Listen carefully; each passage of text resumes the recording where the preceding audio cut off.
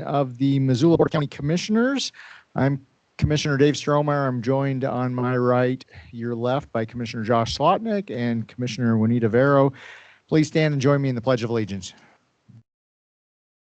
I pledge allegiance to the flag of the United States of America, to the republic for which it stands, one nation, under God, indivisible, with liberty and justice for all.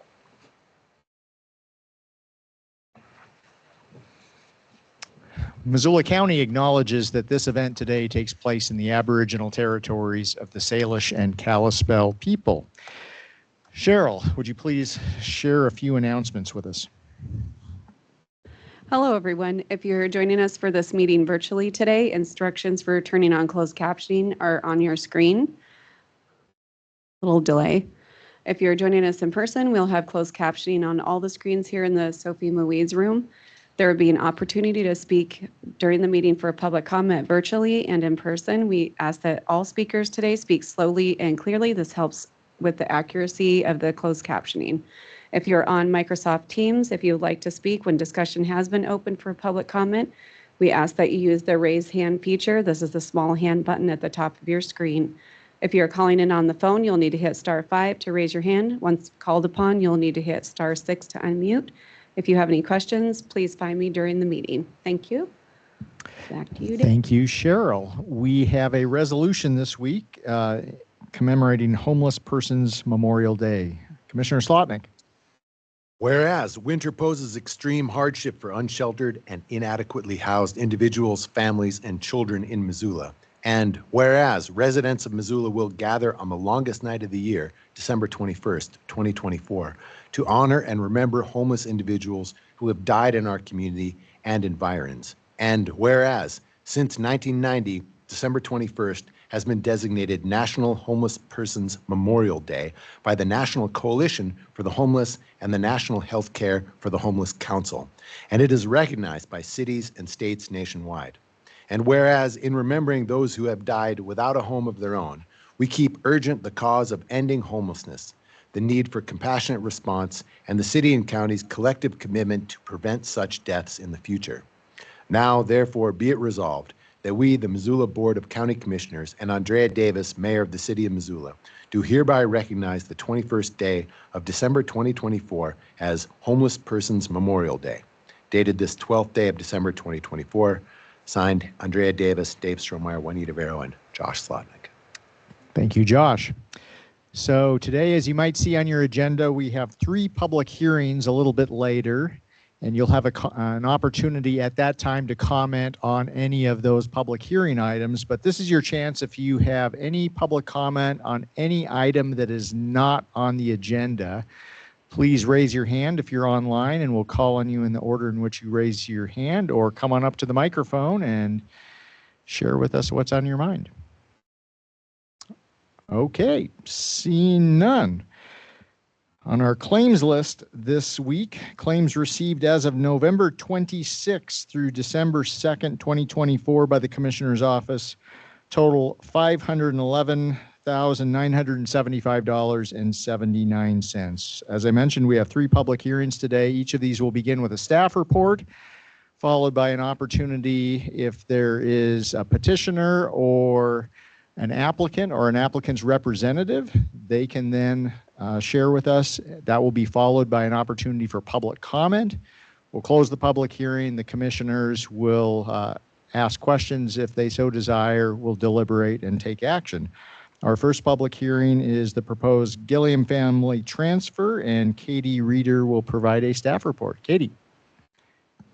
Thank you. Let me just cue up the presentation. And you'll need to pull that mic really close when you talk. Thanks.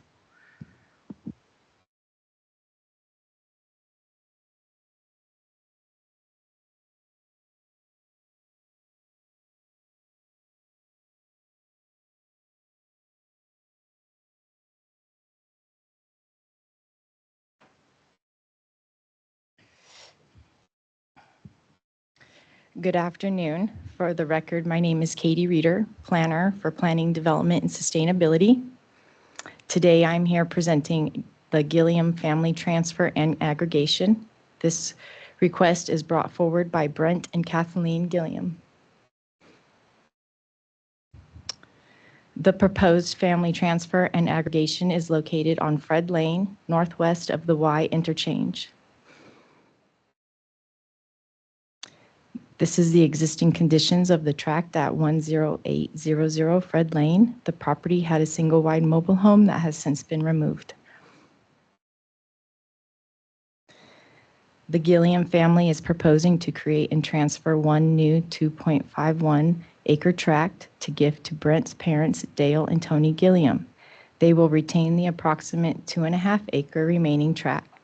Both parties plan to build single-family homes and intend to reside on the tracts. They're additionally requesting an aggregation of an underlying historic boundary identified by the Clerk and Recorder's Office. The subject property is designated as rural residential and agricultural, 1 dwelling unit per 2 acres per the 2019 Missoula land use element.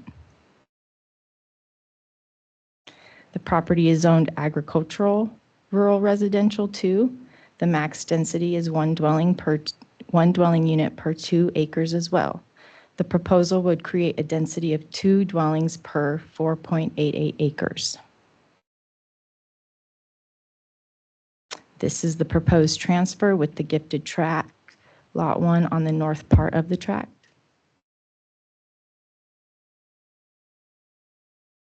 We sent this proposal out for agency comment, and the Clerk and Recorder's Office identified an underlying historic boundary line between the southwest quarter and the southeast quarter within the tract, and the applicants are requesting to aggregate.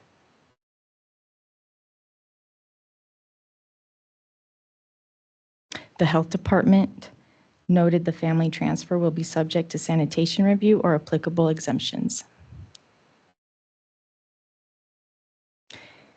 In reviewing this request, there was one rebuttable presumption and one evasion criteria identified to possibly indicate evasion. However, these are the most appropriate exemptions to use for what the family wants to accomplish. Therefore, we did not identify this as evasion and recommend approval. Is the applicant online or in the room? Looks like they're online. If that hand is the applicant, go ahead and, Yep. okay, you're unmuted. Good afternoon. This is Thank Brent you. and Kathleen. Thank you for stating your name. Brent and Kathleen, I'm going to ask you some questions. Are you ready? Yep. Okay.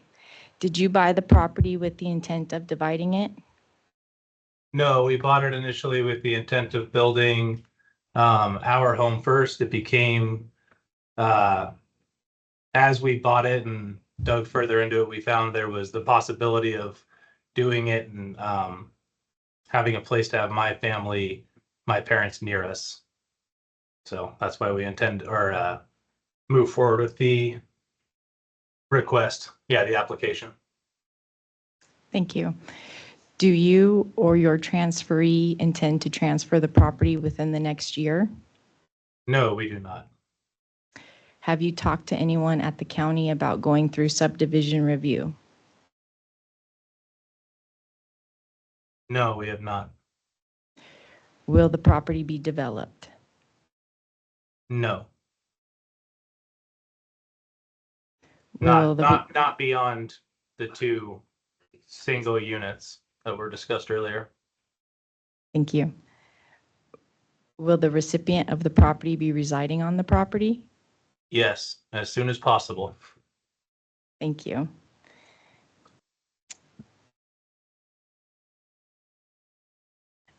Again, Commissioners, we recommend approval with the motion on the screen before you today. All right. Thank you so much, Katie. So Brent or Kathleen, anything else that you'd like to add at this point? No, I don't think so. Katie summarized it really well. Yeah, we really appreciate her help through the whole process. And yeah, unless there's any questions, I don't think we have anything else to add. Okay, thanks.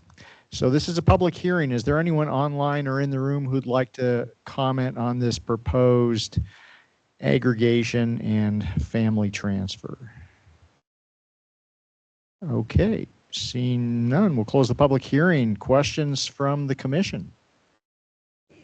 It was a unique shape, and I can't remember, Katie, I can't remember why it was that way. Yeah, and I guess we'll just put the question right to you, Brent and Kathleen. Any thoughts on a question that came up as far as one of the lots is somewhat oddly shaped, and just wondering why that is? No, absolutely. The reason we had the lots broken out that way was it allowed us to capture the existing well, septic, and build site, or where the mobile resided, on one lot, lot one, and then give us room for a drain field for when we apply for a second septic for lot two in the future, and give us enough room to capture the existing drain field as well as put another drain field in next to it. So that's why the lots were broken out the way they were. Got it. Thanks so much, Brent. Thank you. Of course. Other questions? Okay, I'll entertain a motion or motions. And we can do them both simultaneously if you want to if you're agreeable to them. Okay, let's do that. I move the request by Brent and Kathleen Gilliam Gilliam or Jillian? Gilliam, sorry about that, to utilize the family transfer as presented in the exemption application and affidavit be approved. Let's do them both. Okay, we'll do them together. And that the request by Brent and Kathleen Gilliam to utilize the family transfer exemption and aggregation exemption as presented in the exemption application and affidavit be approved. I'll second both of those. Any further discussion? Seeing none, all in favor? Aye. Okay, thank you, Brent Katie. and Kathleen. And thank you, Katie. Yeah. Go for it. Thank you all. We're going to drop bet. off the call if you guys are good with that. Absolutely. Okay, absolutely. Thank you. Thank you all. You bet. Our second public hearing is on a resolution related to final zoning for Osprey Heights PUD.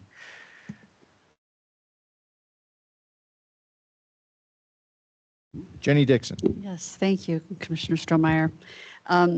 So this is a request from Nels Hefty, who is the son of the owner and authorized to act on behalf of the owner, to request that the commission adopt a final zoning resolution for a rezoning that occurred in 1995. And I'm going to give you a little bit of a story, of a history. So the property is located along Big Flat Road, just north of the confluence of the Bitterroot and the Clark Fork Rivers on the west side of the Clark Fork River. And most people in Missoula have been out in this area. It's Big Flat Road there is kind of cut into the hill, steep drop off one side, steep hill on the other side. And then it drops down into the Big Flat. Zooming in a little bit closer on the property, this brown is indicative of a special zoning district that was adopted through resolution of intent in 1995 called the Osprey Heights PUD. The zoning around it, and I have a historical map here up in the corner, just to show kind of this area was all one dwelling unit per 5 acres. And in fact, this area is still that zoning district, 1 dwelling unit per 5 acres, but down lower, both the Osprey Heights PUD and the Hidden Heights PUD took that density of the CA3, 1 per 5, mushed it together in these smaller 1 acre tracts, if you will, and then left larger areas open. And so on Osprey Heights PUD, you have 7 approximately 1 acre tracts and about 23 acres left in open space common area, and included a trail along the river and that type of thing. So just note the way the plat was filed, that north is to the side, to the left, to the left of the screen. So the road, Big Flat Road, as you can see, actually bisects lots in this subdivision. The construction must all occur downhill from Big Flat Road. And I've added a few details here that might become important as we talk about what the final zoning resolution includes, if you have questions about it. In particular, these yellow areas that fall on a shared boundary line between two lots of the 6. So each of those sets of lots have what is a shared driveway lot access area. And that's 100 feet wide, 50 feet on either side of the boundary line. And this is going to become important later. I'll just give you a little hint right now. What that's about is there was some conflicting information in the record about whether the driveways needed to be shared or could be individual. But regardless, they needed to be within those yellow areas. Okay. Also, a little bit of context as far as conservation easements in the area. Here you can see Osprey Heights does not have a conservation easement, but it is open land in the sense that it's common area, private common area. And also walk that trail along the river. Here's Hidden Heights that I was describing to you as well. And they took density from nearby lands and transferred it to these tracts here. So that was a very popular thing to be doing back in the 90s. The timeline of this is, I just wanted to give you a little bit of background on that. The application for subdivision and rezoning was submitted in May of 95. 2 months later, there was an approval for 4 lots and this CA3 PUD zoning. Within a few days, the applicant was like, this is not what I had in mind, and asked the commissioners to reconsider. And the commissioners, about 2 weeks later, said, sure, we're going to reconsider, come on back. And they then approved a 7-lot subdivision with the PUD and the CA3 zoning. All of that was a little unusual to begin with. But what normally happens after a final approval like that, and it did happen, was the publication of a resolution of intent for that PUD zoning in 2 weeks, 2 Sundays in the newspaper, back when that was a thing. What should have happened with that blank line there is a month later, a final zoning resolution should have been filed. And it was not. And one reason that I was talking with Nels this afternoon or this morning, and it's like, why didn't this get caught? And in part, I mean, there are a multitude of reasons, but one reason is they never came in for permit and never asked zoning questions, and so no one ever had a reason to check on it. So at that time, subdivisions had to be filed within 1 year. They asked for a number of extensions, and in fact, at one point, forgot to ask for an extension. The plat expired. The commissioner said, "You're good. We're gonna renew it," and then they did actually, in fact, file their plat in. Well, first, let's see. I cannot get rid of this little thingy there. In January of 99, they got approval to delete 1 through 4 of those 10 conditions and then added another one. So 10 minus 4 is 6, plus 1 is 7. So here they are, January of 99, have 7 conditions of approval. They file their plat, and then they come back 8 months later and actually revise that last condition that was added on at the last minute, which is really unheard of. But it happened, and plats filed. Lots are all conditions have been met. So then fast forward 23 years. Property was rezoned. It was not rezoned. It was in the zoning initiative that the commissioners participated and conducted for zoning much of the Missoula Valley. This property was given a zoning name of a legacy district for Osprey Heights PUD, essentially saying, you are what you are, we're not going to touch you, we're leaving you alone. And so it's not subject to any of our new zoning regulations. It's still just whatever was approved back in the 90s. Earlier this year, Nels started talking with me about maybe looking into starting to construct on these properties. And he did in his cover letter, and he may in his discussion here this afternoon explain why it's sat for so long. But essentially attention was directed elsewhere, and Eric and Nels both were just drawn to other projects, but here we are. So back in 95, when that resolution of intent was published twice in the newspaper, this is a draft of it. The PUD was approved with 2 conditions, and essentially those conditions were they have to follow the plat, which they have to do anyway, and everything that was in the record now becomes the zoning. And the record, as I've mentioned to you earlier, is massive. So over the last several months, we've been wading through to try to figure out what was intended in that packet. I was there, but I was a baby, so I can't really remember. But what I want to do is show you some of the schematic drawings that gave me guidance for then crafting the zoning for this property. The resolution for which is attached to your packet as I think the first attachment. But the intent was to create these not joined homes, but homes that would perhaps share a driveway and then also be built just off the road there. And they're kind of shown in these pairs. There are these 6 lots, and then this 7th lot, which is actually lot 1, has been built already long ago. So here were some of the schematics. The idea now is with new technology, new building practices, that perhaps sharing these driveways is not the best idea.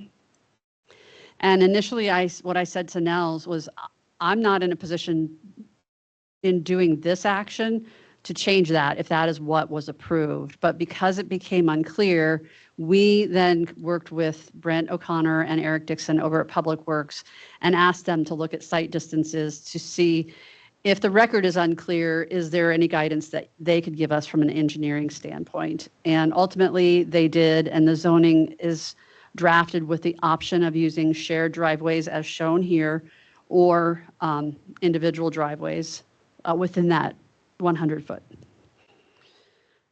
This is kind of a side section, if you will, of what these homes, very avant-garde for the time. And I'm not an architect, so I'm not going to speak to how hard this will be. Nels could maybe address that. He's been working very hard with me to get the zoning to a place where he feels like it's feasible. But the idea is coming off of Big Flat Road, an elevated driveway that then goes to a garage. There are requirements for 2 cars in a garage and then 2 cars in the driveway, and then the home down below. I'm going to just jump back real quick to the plat to also show you there's a green arrow pointing to a hashed area, which is the riparian no build zone. And there's an irrigation ditch that runs through there, as well as that pathway I was telling you about. So all of the homes will be between the brown and the hashed area. So then what we did was draft up zoning that, in addition to the resolution in your packet, you have a draft of the zoning. But I want to just hit the highlights for you. Standard zoning has space and bulk, setbacks, height restrictions. In this case, the height of the buildings is 18 feet maximum above the Big Flat Road elevation. Standard uses that were allowed at the time are allowed, but this is primarily going to be single-family residential. At the time, this PUD was adopted, we did not have hillside standards. and therefore general standards that would apply from the zoning, we exempted those because they were not in existence at the time, and this property would not comply with hillside standards that we then later drafted, in part in response to this project, actually. And then there's the riparian zone protection and landscaping requirements that they need to leave it in native vegetation. The whole lot needs to just be left natural. So it's a very different character than, we are used to seeing. There's retaining walls may not be constructed within the big flat right-of-way, nor shall any slope exceed 3 to 1 within that right-of-way. And so in order to build that, those retaining walls have to be outside of the big flat right-of-way. And they've also, Nels has also clarified with Brent O'Connor that gabions are also a permitted method to do that, though in the 90s that was not contemplated. It's something that I put in the zoning specifically so it was clear when they came in that they could do that. We have parking requirements and the driveway issues we've talked about already. Driveways not to exceed 10% grade and must meet Missoula Rural Fire and Public Works requirements upon permitting and approaches. And then building construction, the Class A or Class B roofing materials approved by the fire jurisdiction. And that was, I tried to pull out things that normally go in zoning, but condensing 731 pages down to 3 was, Nels, I'm going to have to let you describe that. Anyway, that's the gist of it. We have a motion to adopt this final zoning resolution so that Nels and his family can finally move forward with their project.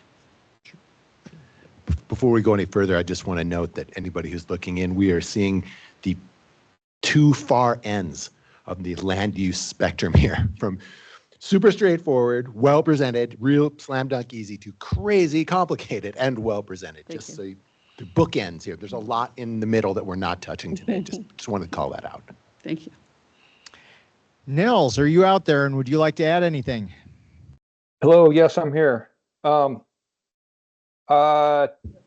Thanks, Jenny. I don't know if I have a lot to add. Jenny did an excellent job of giving a very good, thorough overview. If there are specifics you'd like me to dive into, I'm happy to do that in the question period. And maybe you guys can direct me to what you might be most curious about.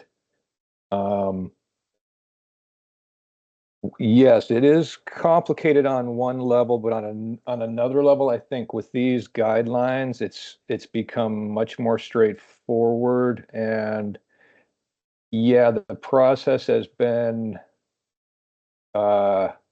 indirect and nonlinear and unconventional, but I think we've arrived at something that's very clear and straightforward. And but I'm happy to talk about background or any aspects of this at all. Just let me know. Okay, we might have a few questions for you in a moment. Okay. But first off, I'm sticking with my story that the reason why this did not happen in 1995 was that everyone was distracted by the O.J. Simpson trial, and this dropped off the map. But anyway, this is the opportunity for public comment. Anyone in the room or online want to comment on the PUD final zoning resolution? Come on up and feel free to hit the button at the base of the microphone. And Ms. Fisher, state your name for the record.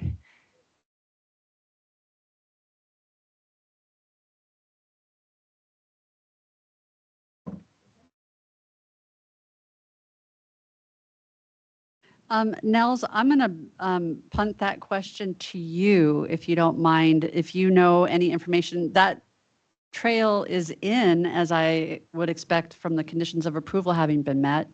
Nels?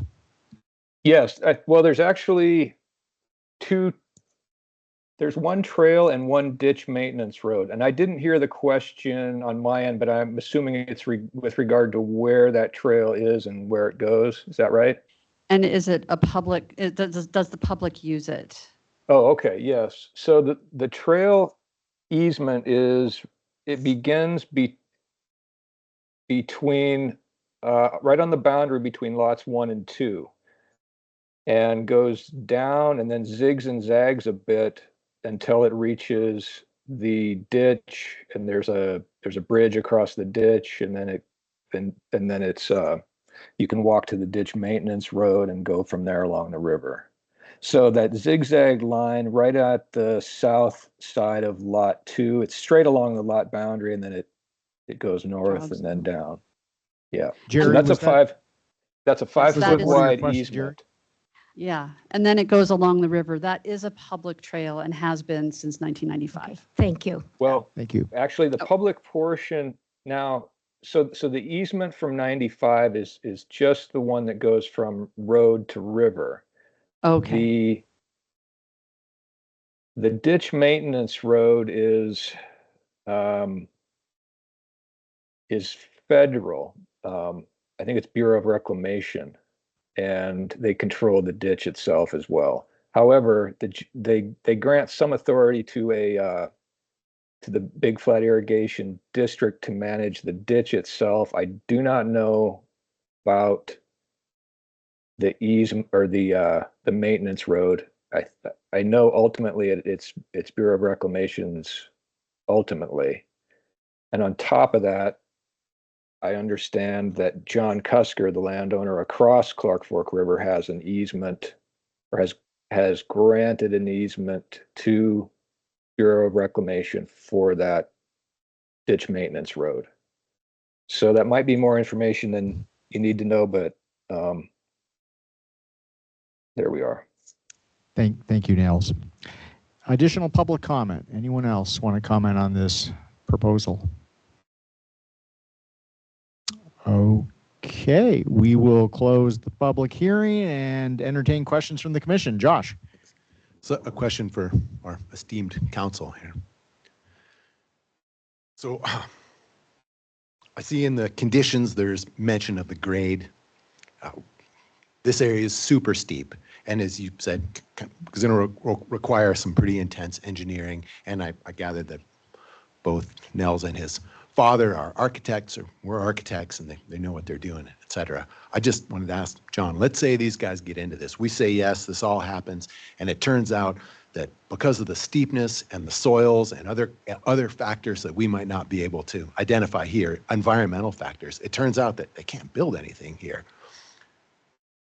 Is there any recourse that would come back to us, that Mr. Hefty or somebody else would say, wait a minute, you guys said we got these 7 lots and now these things are useless because of the topography, the soils, or other things that I can't figure out right now? What's on us on that? Nothing.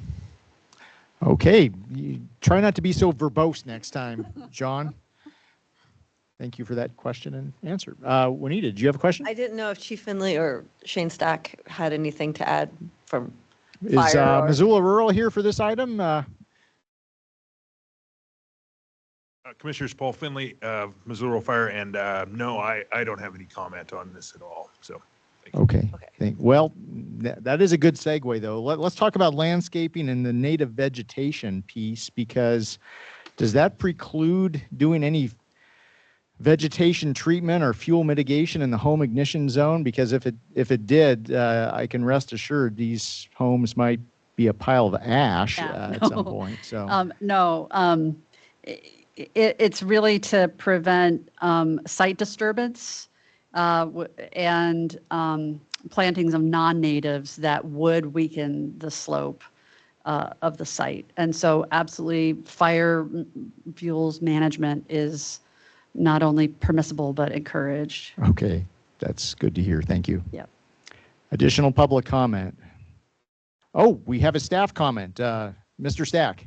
Not even a comment, just a question out of curiosity as Shane Stack with Missoula County Public Works. Well and septic, I'm curious how the septic is going to work on these locations. Nels, Yes. Any insight? Yeah, so we just had, and since the 90s, all of the septic regulations changed, and we had that recently redesigned about a year ago and submitted to the DEQ for approval, that whole community system, which will be, so lot one, the existing house is on its own septic system. Can you Lots go back? 2 through 7 will share a community system, each having their own septic tank, and then that will get pumped up to a main just below the road, and then under the road at lot 2, it will cross to the uphill side where the drain field and the replacement area are located. Yeah, right about there where the arrow is. Oops. Okay. And that was, yeah, that's all been approved by the DEQ as of last fall. Okay. Thank you, Nels, for that additional information. Other questions from the commission? Or we're ready for motions to be displayed. Josh? We're ready for the motions. Oh, like, why aren't you making your motion? Let me get there. Voila. Okay. Oh. Still no motions. It's just slow. There we go. Okay, a multi-generational motion. Go ahead, Josh. All right, I would move to approve the request to adopt a final zoning resolution for the Osprey Heights planned unit development as shown in the attached resolution and the standards shown in attachment A. Do we have to use the word corrected in the motion? No. Okay. Second. Further discussion? Seeing none, all in favor? Aye. Okay, it is done. Thank you, Nels. Yeah, I just Thank wanted to you say very much. Thanks for 731 pages of waiting. Nicely done. You know, Nels deserves an answer after all this time, so Yeah. I was happy to do it. Well, Great. and Thanks. I should add that Jenny was tremendous. Probably the most helpful building official I ever worked with, quite Wow, honestly. great to hear. And yeah, I don't know if it could have been done without her. So thanks, Jenny. All right. Thank you, Nels. Thank you, Nels. Good luck, Nels. Thank you. Moving on to our third and final public hearing. This is on a resolution creating an RSID, that is a Rural Special Improvement District on Lena Lane, and our staff report will be brought to us by Deputy County Attorney John Hart. Thank you, Commissioners. I'll start the staff report. Others will follow me. So we were in this room on October 24th. We had a public hearing on a resolution of intention to create an RSID for road maintenance purposes. And this is the proposed boundary includes 15 lots along Lena Lane in Missoula County. You, after taking public comment, passed that resolution of intention. Shortly thereafter, a notice of that resolution was published in the Missoulian on November 2nd and November 9th, and then a notice and a copy of the resolution and all exhibits were mailed by the clerk and recorder to all property owners in the proposed RSID. The information that was published and that property owners received indicated that if a property owner wanted to protest the creation of this RSID, that they provide written notice of that to the clerk and recorder on or before December 6th. And the clerk and recorder has received 7 written protests by that deadline. And today's meeting, the purpose of today's meeting is by law, you must hear and pass upon all protests that are made. That's pursuant to Montana Code Annotated 7-12-2111. And if you find that there are fewer than 50% of the property owners that have protested, you can take public comment and consider passing a resolution to actually create RSID 8506. And so with that, Sam Scott, the assistant recording director with the clerk and recorder, is going to talk about the protests that his office received. Thank you, John. Sam? Sam Scott with the clerk and recorder, and as John mentioned, per the resolution of intent, we mailed notices to the 15 property owners, and they had until December 6th, last Friday, to submit protests in writing to our office. As John also mentioned, we received 7 protests. For the record, the protests were received from Eric and Stacy Werner at 1250 Lena Lane, Luis and Melanie Colon at 1260 Lena Lane, Sandra Michael at 1265 Lena Lane, William and Barbara Conklin at 1275 Lena Lane. That property is owned by the Conklin Family Trust, and we got signatures from them as individuals, not as trustees. William and Garnet Kinney at 1290 Lena Lane, Greg and Sherry Munther at 1292 Lena Lane, and Stanford and Marcia Zimmett at 1305 Lena Lane. Okay, thank you. Is there additional staff comments at this point in time? Josh, did you have a question? Yeah, go ahead.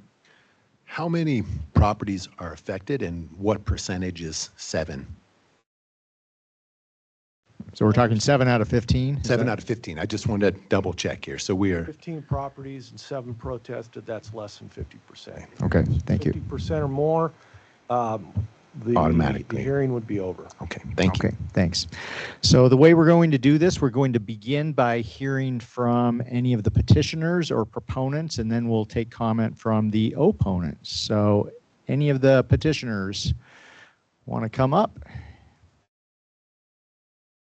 And the mic is already green, so you don't need to do anything with it. Yes, thank you for the gentleman that helped me. I was looking at the red and yellow buttons here. I should have brought my glasses the first time. My name is Jerry Fisher. I live at 1285 Lena Lane. And I support the RSID because I think, number one, it's a good business decision. It's an improvement to our neighborhood. And I appreciate that the county has reached out and tried to make this acceptable while understanding that we already pay for this service. They have never tried to say, well, you should be doing this. They've been very sympathetic that they understand that we pay for it, and we understand that too. It appears that the reason, the main reason for being not in favor is taxes. And I agree with the position of those who are not in favor. I'm not happy about my taxes, but I choose to put blame on those in Helena who were responsible for such a huge increase. You know, this happened before where we had a large increase in property values, but we did not get a big tax increase because the legislature at that time did its job and took care of it. Every legislature in the past took care to address what kind of damage this does to families. So my message to the governor, the legislature, and its president is to stop preening, bowing, harassing vulnerable people, highway patrol officers, and do your job. So support for our road improvement was 11 in favor with 4 opposed. And we certainly respected those who have been opposed. But after the tax bills arrived, folks were hit with the reality of the legislature's failure. And now we are now 7 opposed and 8 in favor. And I respect and understand the decision of those opposed. So, but at this point, we go forward as democracy dictates with the majority in favor. Thank you. Thank you, Jerry. Additional comment from proponents or petitioners? John? Let me just add something that I forgot to mention. So the resolution of intention contemplated a payback period of 10 years, but we heard at that hearing on October 24th that the residents preferred a 20-year payoff period. So that change is reflected in the draft resolution to create the RSID. We've gone from a 10-year payoff to 20-year payoff. Which means how much per property per year? I don't know. I'm sorry. Shane? I think that was in the packet. I want to say that that moved to 130 a year, if I remember right. Let me find it. Okay. While Shane is looking that up, I believe it's 200 and something, like 238, if I'm not mistaken, somewhere in that neighborhood, but you probably have it, Shane. we'll get that oh, here we go. Yeah. So this was calculations that we had, and I think the 20-year was 161 and the 10-year was 322. And I don't know if those sound right, John, but this is based on the latest information I had. And this was also 48,000 versus I think this one was 49,000. 49. Yeah. So it's in that ballpark. So say that again. The 20-year is in the ballpark of $160 a year. $160 per year, and that also includes somewhere in that midterm period of time some a chip seal or some maintenance? The chip seal was going to happen or occur up front. Okay. And then, I don't know what Public Works is going to look like in 10 years from now, but, I would imagine that we would be able to afford a chip seal on our dime at that point. Okay. Yeah, we'll come back. And again, the $160, that the amount per year will be slightly higher because there will be a small interest portion added to that. We don't know what the rate on the loan would be at this time, so we can't calculate that. Okay. But it will be slightly higher than 160. Thank you. Mr. Bosworth, come on up.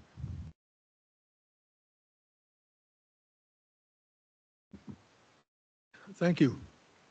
I'm Dale Bosworth, live at 1315 Lena Lane, and I'm here to speak in support of the RSID. I agree with everything that Jerry said regarding the taxes. I'm frustrated about that. Like we're all frustrated about we can't get the road fixed, without some adjustment here. On the other hand, when I think about the taxes, we're not getting a lot for our road. A lot for our taxes on the road. We don't get a lot of maintenance done. We do get a good job of snow plowing. If we don't do this, we're not going to get anything either. If we do this for our small investment, we'll get about $100,000 worth of work done, or over $100,000 worth of work done next year. Now that seems to me to be a good business decision, and we would get the road fixed. We were told by the County Public Works Department that our road was at risk of catastrophic failure. And when you look at it, it looks to me like it is, but I'm not an expert, and neither is anybody else on our street, to my knowledge. There's also a lot of concern because folks are going to have to move some sprinklers, and they're going to have to maybe have some changes in their landscaping. For all of us that live right on Lena Lane, that could be a problem for some and not so much for others. Not too much of a problem for me because I elected to just put rock, just to leave rock in the county right of way. But some people have chosen to encroach on the county right of way and put a lot of landscaping and put sprinklers. And so I would hope that that we wouldn't set a precedent by saying we're not going to do that work because people have put things in the county right of way. That's why it's called a county right of way.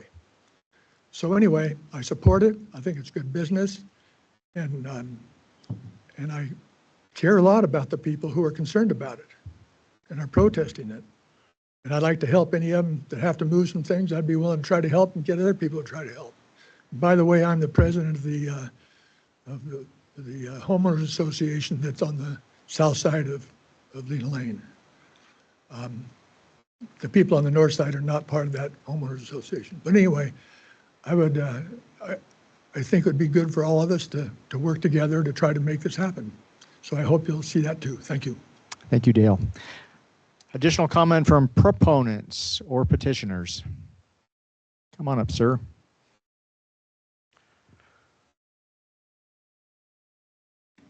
My name's Ted Lane. I live at 1335 Lena Lane, and I don't have much to add to what Dale and Jerry said. I am sympathetic to the people who are opposed to this in the sense that we normally expect our tax dollars to cover these types of things, but given the environment we find ourselves in, I feel like it's not getting done and it needs to be done. And I think the county's done a good job of making this approachable for us. So I do support the improvement district. Thank you. Thank you. Anyone else in the room who is a proponent or petitioner who would like to comment? Anyone online who's a petitioner or proponent? Okay, seeing none, let's go to anyone who's an opponent. Come on up.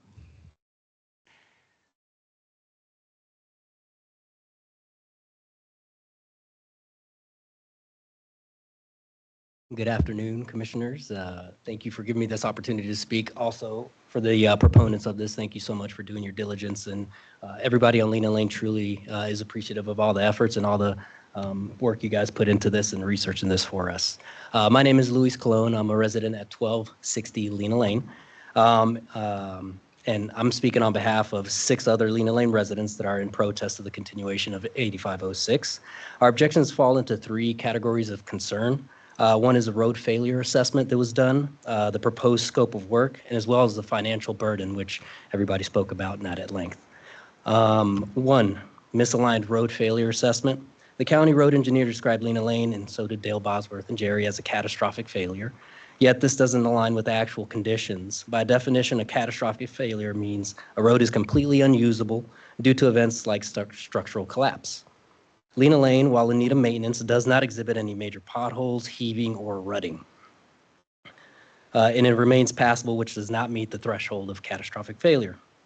If our road was indeed a catastrophic failure in condition, that would mean that emergency vehicles would not be able to pass, making it impossible to respond to emergencies and any other county repair and maintenance matters. And if that would be the case, and it would create an urgent matter, that needs the attention of the county immediately to respond to its repairs without the intervention of residents. Number 2 is inconsistent work descriptions. The proposed work lacks clarity for us. Initial discussions reference a complete replacement of the road, while other iterations of the scope of work suggest minimal fixes, such as adding a minimal topper and chip sealing. Opposers of the project requested a third-party contractor for their opinion of the condition of the road and the scope of work presented to us residents of Lena Lane. And this contractor noted that the road's base is too soft to provide a reliable surface without additional stabilization, and just placing a top layer over the existing base is not recommended for longevity. These inconsistencies raise doubts about whether the plan offers a long-term solution or just temporary patch, risking future costs for residents and the county as well.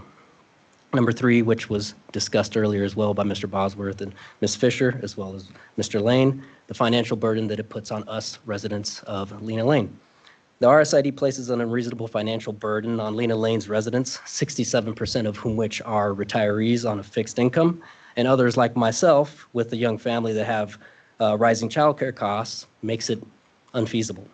Historic rises in property taxes, in which last year residents saw a 40% increase in their valuation, which led to a 21% increase in your tax bill, which is slated for another increase next fall. And experts are forecasting a 21% increase in values, which would mean an 11% increase in your tax bill.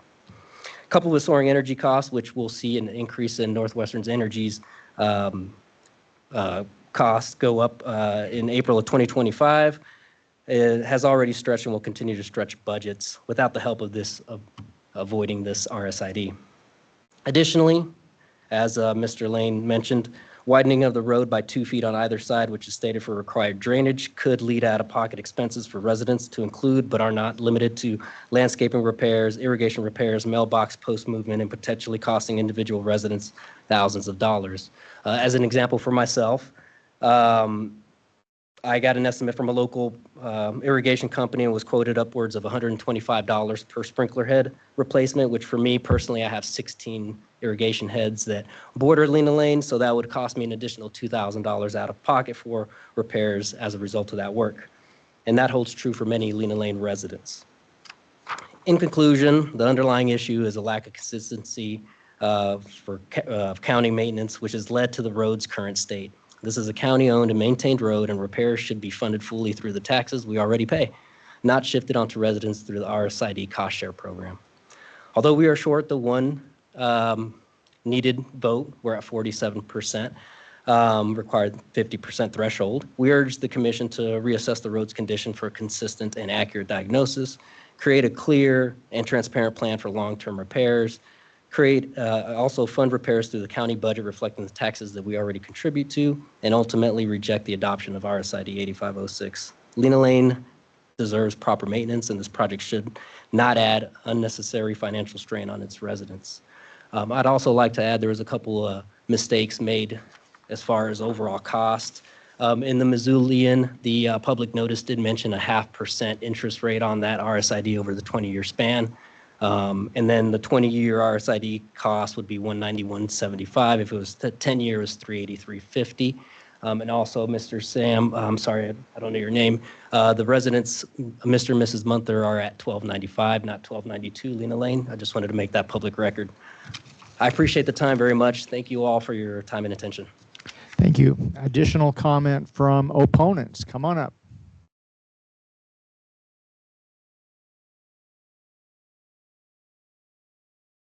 Good afternoon. My message is very short. My name is Barbara Conklin, and I live at 1275 Lena Lane, and I am opposed to RSID 8506 for two main reasons. First, Lena Lane is a county-owned and maintained road. It is not a private road. Because of this, I believe the cost of maintenance of Lena Lane should be on the county's responsibility.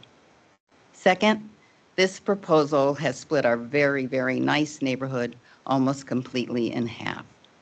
So I suggest the commission scrap the proposal and let the county continue to maintain Lena Lane and do necessary repairs as needed. Thank you. Thank you. Additional opponents who would like to comment? Anyone online?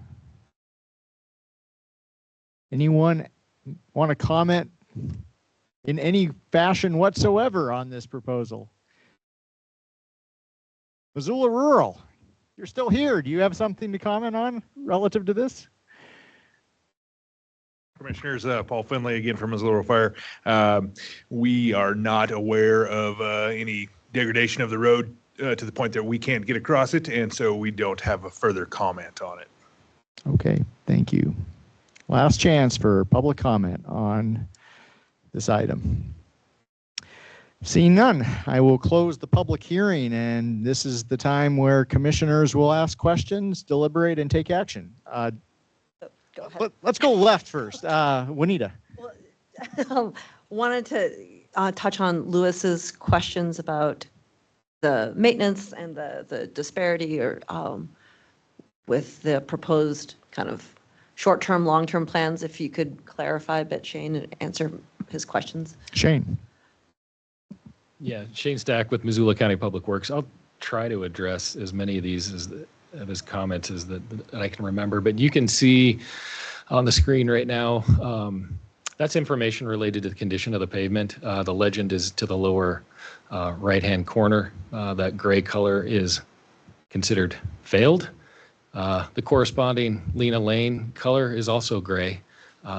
So what we're seeing is a failed asphalt. Missoula County didn't do that evaluation. We actually had a consultant come in with equipment that measures the condition of asphalt, and we did that for the entire 260 plus miles of roadway. You're welcome to dispute that, but that's the data and information that we are receiving. What's your definition of failed? Because it sounds like maybe failed sounds like the fire department can't get in there, but failed from your perspective means what? Well, that's a good question too, Juan. If you look at this, and we can take a drive down Lena Lane, what that's going to look at is, how much is this road cracking and coming apart? And so, as all these cracks continue to form, water gets in that asphalt, and as water continues to invade this asphalt surface, you will get things that start to look more like this area, where it's starting to just alligator crack everywhere. And yeah, I think this is a kind of an example of a roadway that's failing. So Thank you. I guess too, I think we should probably address the comments and concerns about paying taxes and not getting this road repaved or resurfaced because folks pay taxes. I fully get that and understand that and agree with your frustrations. I have the same frustrations. I'll paint the picture. At the end of the day, of what we have available in our budget for roads and bridges is probably around $600,000 a year to take care of our infrastructure. After we pay for the lights, after we pay for staff, pay for equipment, that's what we have left for just materials to go do improvements on our infrastructure. The cost, just to put this in perspective, the cost for us to do an overlay is right around $170,000 to $180,000 a mile. I've got 265 miles of asphalt road. I can maybe overlay 3 every year. So do the math. Like if you want to wait, we can wait, but it is probably not going to get any type of work in the near future or ever in the future, frankly. The picture is not getting better. The cost for asphalt 5 years ago was $45 a ton. It's $71 a ton right now. So the cost of everything is going up faster than we can keep up with it. And so it just gets worse and worse for us as far as trying to maintain our infrastructure. So the only way that we can do these types of things is through RSIDs. And this is not the first roadway that's a county road that's more of a residential street that we are using RSIDs to make improvements on. We have to rely on this type of process. Otherwise, we just don't have the resources to get to it. I don't know if that answers all their questions. What was the number, countywide, where we should be spending 1.2 million, 2 million? We should be at 2.7. 2.7? Yeah, roughly. And we only have. And that's based on that. That's based on that. Doing an overlay and a chip seal twice in a 20-year period and then expecting a 20-year lifespan out of your asphalts. With these lower volume residential streets, I think you can get maybe 30 years out of it. But that, again, those numbers are based solely on a 20-year lifespan of your asphalt. Thank you, Shane. Josh. Some more questions, Shane. Sure. So what are the total costs of this project? Not the cost that the locals are going to pay, but the total cost of doing this project. I'm going to defer to John. What's the number? And what does project mean? What's the scope of, what are you saying is going to be done? Well, it's roughly $147,000. That includes, that includes materials, that includes design, that includes a small administrative costs, some contingencies built into that. And it's also, it includes some of the costs of issuing the debt to pay for this today and then have the residents pay it off over a 20-year period. And we used 5%.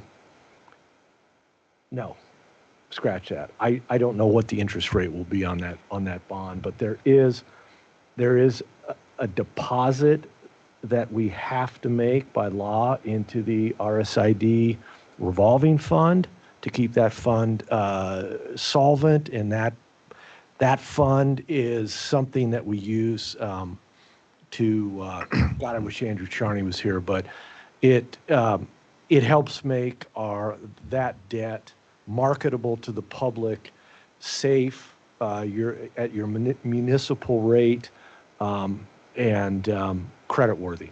So in those costs, our labor, is that in those costs? Is that factored in there? So yeah, the overall total cost includes our labor and things like that, and or equipment rentals. But they only pay for the materials. This is where this is totally where I was heading. So so the RSID, what the locals would pay is the materials, which is, again, can you say the number there?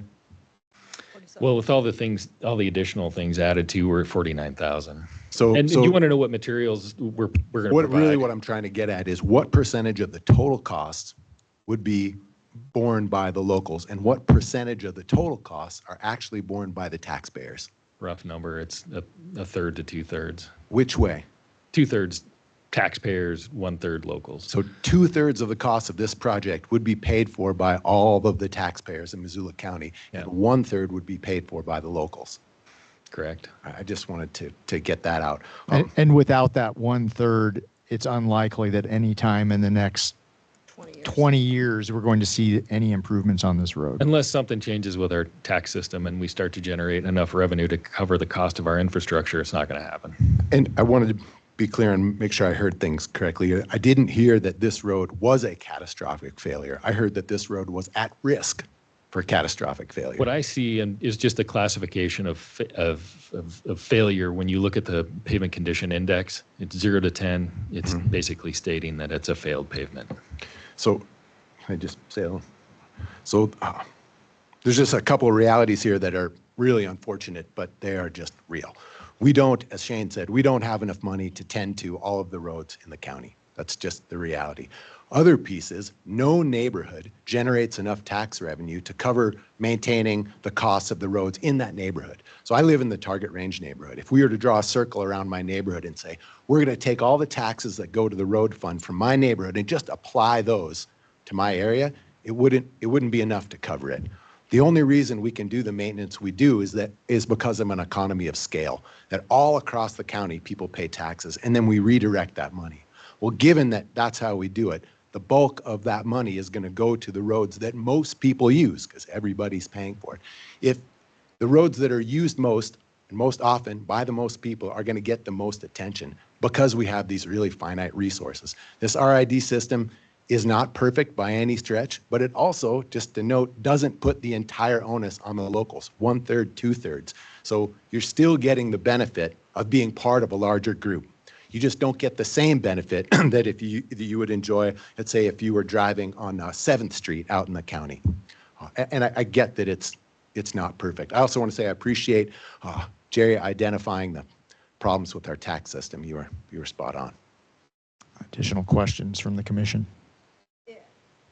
Sorry, again, the scope of the $147,000 proposal, what's going to be done with that if? All right, pulverize the existing pavement. If we just overlay the existing asphalt, It all won't. those cracks will, over time, just reflect back up, right? Right. So we pulverize that existing asphalt, compact. They'll do some shouldering work too, as people were mentioning, having to relocate their irrigation, sprinkler heads. What we like to do is get a couple feet of gravel on the side so that we get the water off the road. The way it is now with people putting lawns up and sprinkling the roads. Right up to the edge. Yeah, deteriorates the asphalt a lot quicker. And then overlay and chip seal. So, And chip seal, one application lasts 10? well, for us, I think you should get at least 10 years just because it's a low volume residential street. We should easily get 10 years out of that. Okay. Yes, Josh. This may be a question for John. Is it possible legally to build some money in here to help defray some of the costs the locals might incur on doing things like moving irrigation?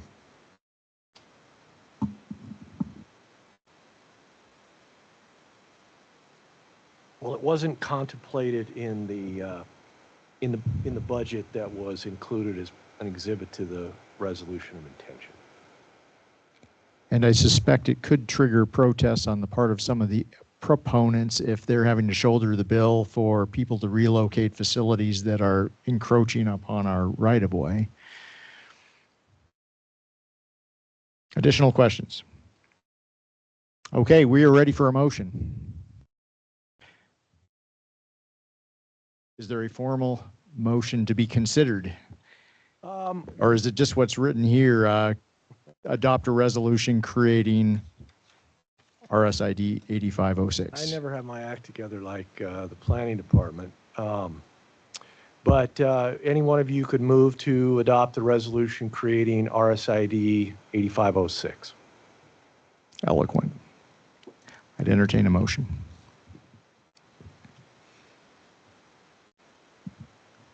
I'm nervous about getting the language wrong. I think you can just I mean, say, obviously, you could make a motion to deny. Okay. Yes, that would be an option also. To adopt or to deny resolution creating RSID 8506. Okay. I would move we adopt RSID 8506. Second. Any further discussion? And I would just say that this is a classic case of majority of folks in the neighborhood are supportive of this, and I will go with the majority in this case. And the work will not get done anytime soon unless this does happen. So we go ahead. Bosworth's comments of folks using this as an opportunity to work together. Yes, Josh. Yeah, and I'm super sympathetic, and it's quite saddening to hear that this small, kind of close-knit neighborhood is now divided. And please just blame us. And I'm not joking. Come back together. You're going to be, your lives are going to be better if you're not mad at each other. Our job, to some degree, is to allow people to be angry at someone. So And it please is, be kind to each other, help each other. When your road is better, this will still be a bummer that you're paying for it, but your life will be better that your road is better. Thanks. and the last thing I would say is absolutely in a perfect world, which we do not live in, there would not be any special improvement districts, and what you pay on your tax bill would be the total extent of what you are paying. So we've exhausted discussion. Any further discussion? All in favor? Aye. Aye. Okay, the RSID is created. Anything else to come before the commission today? Seeing none, we will be adjourned. Thank you, everyone, for sticking with us and participating today.